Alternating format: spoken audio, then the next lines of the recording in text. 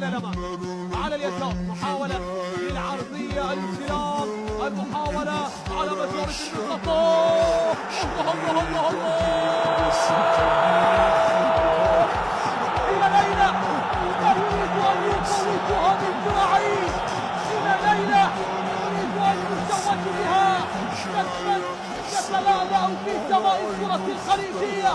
زاكو وفي أول مشاركة خارجية يريد الظهور، يريد أن يتفوق، يريد أن يتوهج هنا في ميدانه الاحترافي، هنا أمام الجماهير، هنا أمام الجماهير التي بداية العراقية في فترة ثانية لتأمين النتيجة، لتعزيزها لتعزيزها لتعزيزها. يا سلام، الله الله الله الله الله، بروعة، بفن، بجمال، خيال. هذا الهدف الثاني خيال خيال خيال خيال خيال خيال. نعم، العمل كله من شيركو كريم، العمل كله، الصناعة كلها. الله على هذا الهدف، شوفوا متع عينيك، متع. هدف فيه تخبية بصرية. زاكو عودة في وسط الميدان عن طريق أحمد إبراهيم. أحمد إبراهيم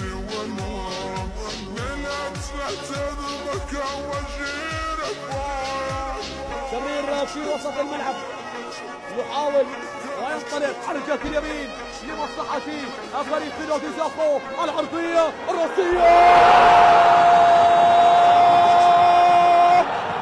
في اللحظات التي استعرضنا مسيرة الاحترافية، في اللحظات التي استذكرنا فيها المسيرة والمحطات الاحترافية، وكأنه سمعني لا يرتقي وليسجل الفرحة في مدرجات ملعب اللقاء.